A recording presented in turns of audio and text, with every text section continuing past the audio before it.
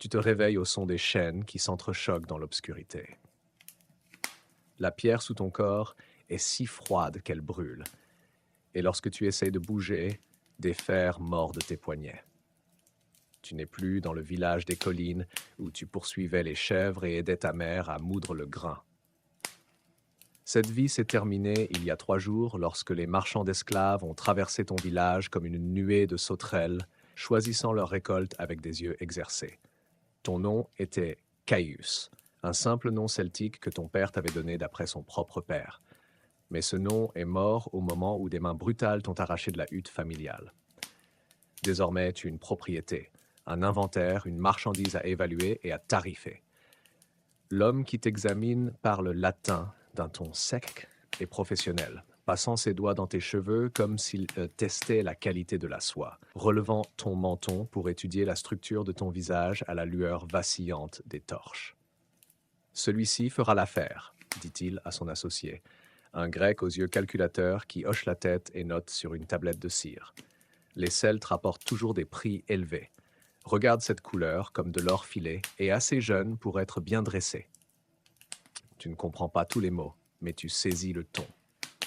Ah, tu l'as déjà entendu lorsque ton père vendait du bétail au marché, la même évaluation, la même discussion sur la valeur et le potentiel, sauf que maintenant, tu es le bétail, et le marché est l'appétit insatiable de Rome pour une beauté qu'on peut posséder, contrôler et consommer.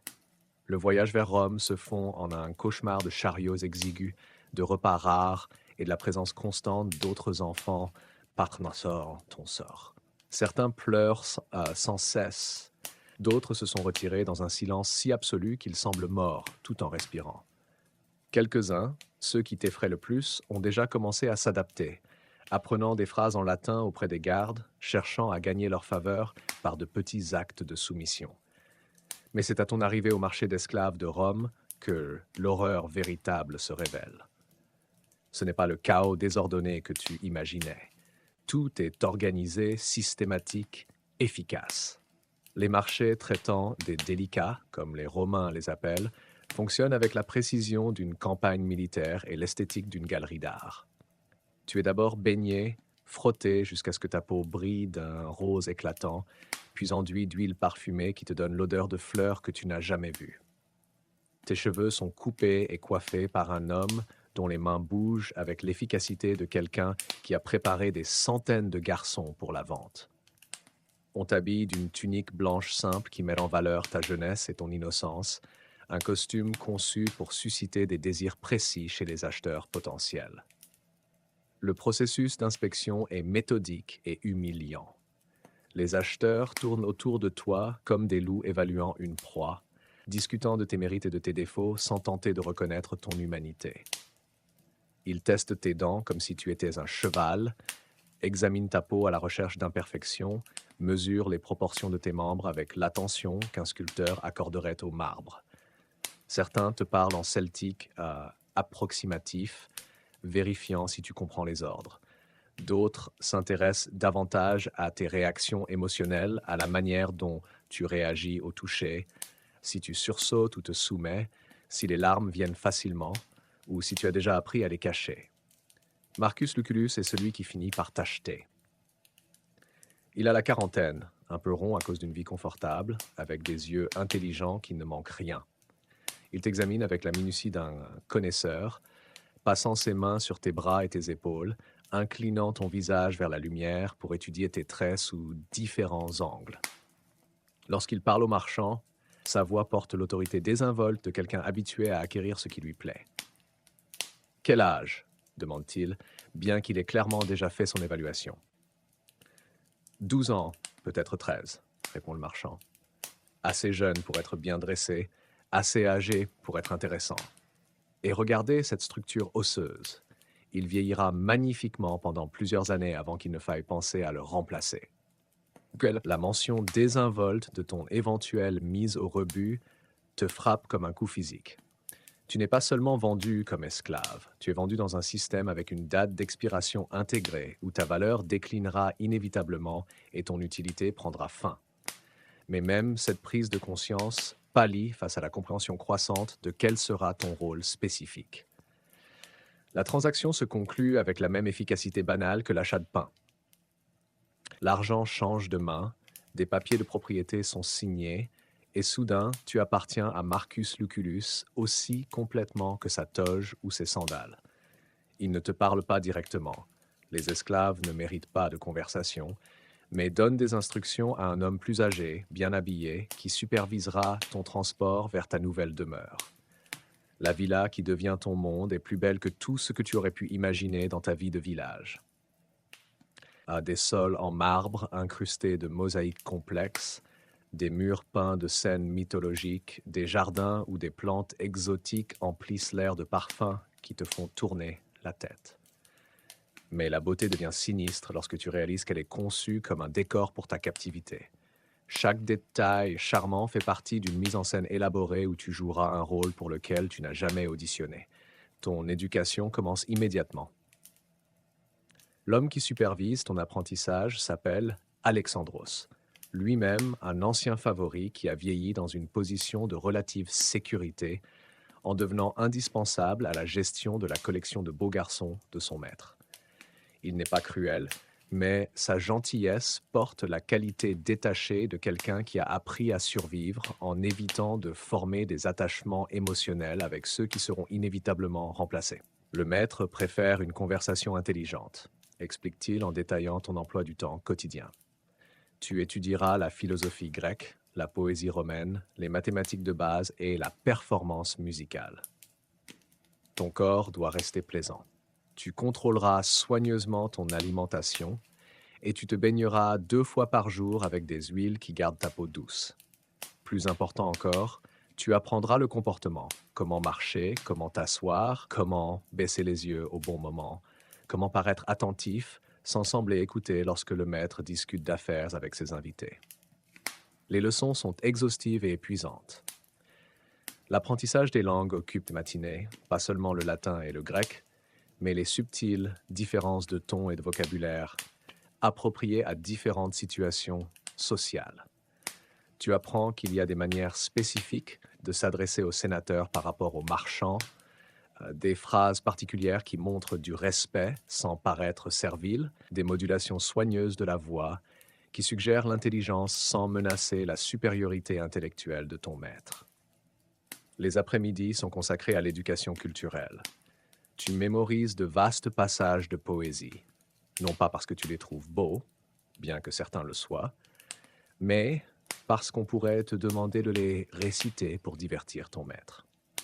Tu étudies les mythes derrière les œuvres d'art décorant la villa, apprenant à discuter de leur signification symbolique, tout en évitant soigneusement toute interprétation qui pourrait te faire paraître trop savant ou indépendant. Les leçons de musique suivent, et là, tu découvres un petit refuge. La lyre répond à ton toucher par des sons qui te transportent brièvement au-delà des murs de marbre. Pendant quelques instants chaque jour, tu peux te perdre dans des mélodies qui n'ont d'autre but que leur propre beauté. Mais même ce sanctuaire est compromis lorsque tu réalises que chaque chanson que tu apprends est choisie pour son potentiel à plaire aux oreilles de ton maître lors de moments intimes. Le conditionnement physique constitue une autre partie cruciale de ton entraînement, bien qu'il soit différent de tout exercice que tu as connu. Il ne s'agit pas de développer la force ou l'endurance. Au contraire, chaque effort se concentre sur le maintien de la beauté douce et androgyne que ton maître a prisée au marché. Ton alimentation est soigneusement contrôlée pour empêcher le développement musculaire qui marquerait ta transition vers l'âge adulte. Des herbes sont ajoutées à ta nourriture, des huiles frottées sur ta peau, des traitements administrés par des médecins spécialisés dans la préservation de l'apparence juvénile. Le conditionnement psychologique s'avère plus subtil et plus dévastateur que l'entraînement physique. Lentement, méthodiquement, tes formateurs érodent ton sens de l'identité indépendante. Ton nom de naissance est interdit. Tu es maintenant appelé Ganymède, d'après le bel échanson de Zeus. Tes souvenirs de chez toi sont rejetés comme des fantaisies sans importance. Ta vie antérieure est décrite comme un rêve dont tu t'es éveillé pour entrer dans ta véritable réalité. Plus insidieusement, on t'enseigne que ta valeur en tant qu'être humain dépend entièrement de ta capacité à plaire à ton maître. Le succès signifie maintenir beauté, jeunesse et soumission parfaite. L'échec signifie non seulement la punition, mais une complète inutilité. Ce message est constamment renforcé par des récompenses pour la conformité et des menaces subtiles mais claires pour la résistance. Les autres garçons de la maison deviennent à la fois des compagnons et des concurrents. Il y a Alexis, un garçon syrien aux yeux sombres, arrivé 6 mois avant toi, qui a appris à naviguer dans le système avec une habileté effrayante. Il t'enseigne les techniques pour appliquer des cosmétiques afin de rehausser ta couleur naturelle, t'explique les manières particulières dont ton maître aime que son vin soit mélangé, te met en garde contre les questions à ne jamais poser et les sujets à ne jamais aborder. Puis il y a Dionysios, un garçon grec qui est dans la maison depuis 3 ans. Il se déplace dans la villa comme un fantôme, beau mais absent, répondant aux ordres avec une obéissance parfaite, mais sans montrer la moindre étincelle de personnalité individuelle. Les autres garçons murmurent qu'il est ce qui arrive lorsqu'on se rend complètement au système, encore fonctionnel, encore précieux, mais plus tout à fait humain. Ta première convocation privée arrive 3 semaines après ton arrivée. Alexandros passe la journée entière à te préparer, choisissant la tunique parfaite qui met en valeur ta silhouette élancée, arrangeant tes cheveux pour capter la lumière des lampes, appliquant des cosmétiques subtils qui rehaussent ta jeunesse, sans paraître artificiel. Il t'entraîne sur le comportement approprié. Comment entrer dans la pièce, où te positionner, comment répondre aux ordres sans sembler trop empressé ou réticent. Souviens-toi, dit-il en ajustant une dernière fois ton apparence, tu existes pour son plaisir. Tes pensées, tes sentiments, tes désirs, rien de tout cela n'a d'importance. Ce qui compte, c'est que tu fournisses ce dont il a besoin à ce moment-là. Parfois, c'est une conversation, parfois une compagnie silencieuse, parfois un service plus intime. Ton travail est de deviner ce qu'il veut et de le fournir avant qu'il ait à le demander. La marche vers les appartements privés de ton maître semble interminable. Bien qu'elle ne couvre que la longueur d'un couloir, tes pieds nus ne font aucun bruit sur le marbre, mais ton cœur bat si fort que tu es certain que tout le monde dans la villa peut l'entendre. Les gardes à la porte s'écartent sans te prêter attention. Tu n'es pas assez important pour mériter leur regard. Et soudain, tu es seul avec l'homme qui te possède entièrement.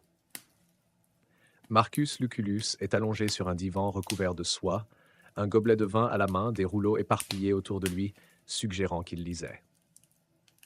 Il a retiré sa toge formelle et porte une simple tunique, mais cette tenue décontractée ne diminue pas son autorité. Au contraire, l'intimité du cadre rend son pouvoir encore plus évident. « Viens ici, garçon », dit-il sans lever les yeux de son rouleau. Sa voix n'est ni dure ni douce, simplement factuelle, le ton qu'il pourrait employer pour appeler un serviteur ou un chien. Tu t'approches lentement, incertain de la distance qu'il souhaite, t'arrêtant juste hors de portée jusqu'à ce qu'il te fasse signe de te rapprocher. « Tourne-toi », ordonne-t-il, et tu obéis, bougeant lentement pour qu'il puisse t'examiner sous tous les angles. Ses yeux t'évaluent avec la même minutie qu'au marché des esclaves, notant les effets de semaines de toilettage et d'entraînement soigneux. Lorsqu'il hoche la tête en signe d'approbation, tu ressens un mélange confus de soulagement et de honte, reconnaissant d'avoir passé son inspection, horrifié que ta valeur dépende de sa satisfaction esthétique. Alexandros me dit que tu apprends vite, poursuit-il, posant son vin et t'accordant toute son attention. Récite-moi quelque chose de grec, je suis d'humeur philosophique. Tu commences un passage du banquet de Platon, choisi parce qu'il est beau et parce que tu l'as parfaitement mémorisé. En parlant, tu observes son visage à la recherche de signes de plaisir ou de déplaisir, modulant ta voix selon ses expressions. Lorsqu'il sourit légèrement à une phrase particulièrement élégante, tu ressens une bouffée de fierté qui te dégoûte immédiatement. Tu apprends à trouver de la satisfaction dans son approbation, exactement comme ton entraînement l'avait prévu. « Charmant », dit-il lorsque tu termines. Ton accent a besoin de travail, mais cela viendra avec le temps. Assieds-toi à côté de moi, non, plus près. Je veux sentir ta chaleur pendant que je lis. L'heure suivante passe dans une étrange forme d'intimité qui n'a aucune ressemblance avec les relations que tu as connues. Tu restes parfaitement immobile pendant qu'il lit, caressant parfois tes cheveux distraitement, comme on pourrait caresser un chat favori. Parfois, il lit des passages à voix haute, testant ta compréhension avec des questions qui sondent à la fois ton intelligence et ton entraînement. Lorsque tes réponses lui plaisent, son toucher devient plus affectueux. Lorsque tu échoues à comprendre quelque chose, son attention se retire, et tu apprends à redouter ce retrait plus que n'importe quelle punition physique. Cela devient le schéma de ta nouvelle existence, des journées passées en entraînement et en préparation, des soirées convoquées pour fournir la forme de compagnie que ton maître désire. Parfois, c'est intellectuel, et des discussions sur la philosophie ou la poésie où l'on attend de toi que tu sois engagé, mais jamais provocateur. Parfois, c'est purement esthétique, tu sers de décoration vivante pendant qu'il reçoit des invités, preuve de son goût raffiné et de ses ressources illimitées.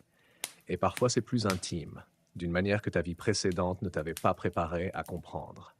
Tu apprends que ton corps, comme ton esprit, existe pour son plaisir.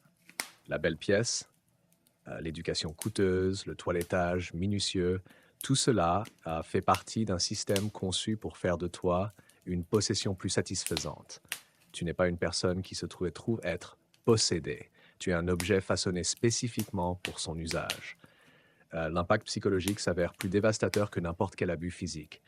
Tu commences à perdre la trace de l'endroit où ta performance s'arrête et où ton identité commence. Les manières que tu as apprises pour plaire à ton maître deviennent automatiques.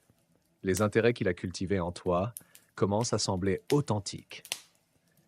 Plus troublant encore, tu te surprends à ressentir une véritable affection pour l'homme qui t'a privé de ta liberté et t'a remodelé selon ses désirs. Les autres garçons de la maison ont trouvé différentes manières de survivre. Alexis est devenu un maître manipulateur, jouant sur les émotions de leur maître avec une telle habileté qu'il a obtenu une position de relative sécurité. Il murmure des secrets sur la gestion des humeurs de leur maître, sur des moyens subtils d'encourager sa générosité, sur des techniques pour rester précieux lorsque la beauté physique s'estompe inévitablement. La clé, explique-t-il, lors d'un rare moment privé, est de te rendre indispensable au-delà de ton apparence. Apprends ses intérêts commerciaux pour fournir des idées utiles. Deviens habile à gérer la maison pour qu'ils dépendent de ton efficacité. Cultive des relations avec ses invités importants pour qu'ils valorisent ton utilité sociale. La beauté s'estompe, mais l'utilité peut durer des années. Dionysios représente une stratégie de survie différente, la reddition complète. Il s'est effacé si témément qu'il ne semble plus éprouver de désir, de peur ou d'espoir. Il répond aux ordres avec une obéissance parfaite, fournit le service requis et existe dans un état de soumission si complet que la résistance est devenue littéralement impensable. D'une certaine manière, il semble satisfait, mais son contentement est la paix de la mort, pas de la vie. Tu essaies de trouver une voie intermédiaire entre la manipulation calculée d'Alexis et le suicide spirituel de Dionysios. Tu joues ton rôle avec habileté, mais tu tentes de préserver un noyau intérieur de toi-même qui reste intact face à tes circonstances. C'est plus difficile que tu ne l'imaginais. Le système est conçu pour rendre la résistance non seulement difficile, mais incompréhensible. Quand chaque aspect de ton existence dépend de plaire à ton maître, quand ton sentiment de valeur a été reconstruit autour de son approbation, le concept même de pensée indépendante devient étranger. Les mois passent, puis les années. Ton corps commence à montrer les premiers signes subtils de l'approche de l'âge adulte. Une voix qui s'approfondit et doit être déguisée par un contrôle soigneux de la respiration. Un développement musculaire qui nécessite des restrictions alimentaires de plus en plus draconiennes, des poils faciaux qui exigent un rasage quotidien. Chaque changement apporte une anxiété concernant ton utilité et ta valeur continue. La dynamique de la maison change à mesure que de nouveaux garçons arrivent et que les plus âgés disparaissent. Tu assistes à l'ensemble du cycle, la terreur des nouveaux arrivants, l'adaptation graduelle à leurs circonstances, les manœuvres prudentes pour obtenir une position et des faveurs, et enfin la mise au rebut inévitable lorsque la jeunesse s'estompe au-delà de toute dissimulation. Certains garçons sont vendus à d'autres foyers, d'autres affranchis avec de petites pensions, quelques-uns disparaissent simplement sans explication. Tu développes des relations complexes avec tes compagnons de captivité. Il y a une véritable amitié mêlée d'une compétition amère, un soutien mutuel assombri par la conscience que n'importe lequel d'entre vous pourrait être sacrifié pour préserver la position des autres. Vous partagez des techniques de survie, vous vous avertissez des changements d'humeur de votre maître, et vous vous consolez pendant les inévitables moments de désespoir. Mais vous rivalisez aussi pour les faveurs, sachant qu'être le garçon préféré signifie un meilleur traitement et une plus grande sécurité. Le monde extérieur existe, mais il reste largement hors de propos pour ton existence quotidienne. Tu entends des nouvelles de campagnes militaires, de développement politique, de changements sociaux, mais ces événements semblent aussi lointains que la mythologie. Ton monde s'est réduit aux limites de la villa, et tes préoccupations se sont resserrées sur les exigences immédiates de survie dans cet espace confiné. Parfois, des bribes de ta vie antérieure surgissent sans crier gare. L'odeur du pain en train de cuire peut déclencher des souvenirs de la cuisine de ta mère, l'accent d'un marchand peut te rappeler la voix de ton père. Ces moments apportent une douleur si intense que tu apprends à les réprimer immédiatement, te concentrant plutôt sur la réalité présente qui définit ton existence. Ton maître vieillit aussi, bien que plus lentement et confortablement que ses possessions. Des cheveux gris apparaissent, des rides se forment autour de ses yeux, son corps s'épaissit avec une prospérité continue. Mais ces changements ne menacent ni sa position ni sa sécurité. Au contraire, ils renforcent son gravitas et son statut social. L'âge lui apporte la sagesse et le respect, tandis qu'il ne t'apporte que l'approche de la fin de ton utilité. La prise de conscience que ton temps est limité crée une étrange urgence dans ton existence quotidienne. Chaque performance réussie ressemble à un sursis d'exécution. Chaque signe de satisfaction continue de ton maître devient précieux. Tu te surprends à être reconnaissant pour de petites gentillesses. Un toucher doux, un moment de conversation sincère, un cadeau coûteux, même si tu comprends que ces gestes reflètent son attachement à une possession, pas une reconnaissance de ton humanité. Certains garçons craquent sous cette pression, devenant de plus en plus désespérés dans leur tentative de rester précieux. Ils se portent volontaires pour des services plus dégradants, rivalisent plus férocement avec leurs compagnons de captivité ou s'effondrent complètement sous le stress de maintenir un standard de perfection impossible. D'autres, comme toi, apprennent une sorte d'acceptation stoïque, jouant leur rôle avec une compétence professionnelle, tout en essayant de préserver un petit sentiment de dignité. L'aspect le plus insidieux du système est qu'il rend les victimes complices de leur propre exploitation. Tu deviens habile à anticiper les désirs de ton maître, fier de ta capacité à fournir une satisfaction compétitive avec les autres garçons pour le privilège de servir. L'entraînement est si approfondi que tu intériorises non seulement les comportements, mais aussi les valeurs de tes geôliers, mesurant ta valeur selon leurs standards et trouvant ton identité dans leur approbation. Des années de cette existence créent une sorte de syndrome de Stockholm si complet que la liberté devient non seulement impossible, mais inimaginable.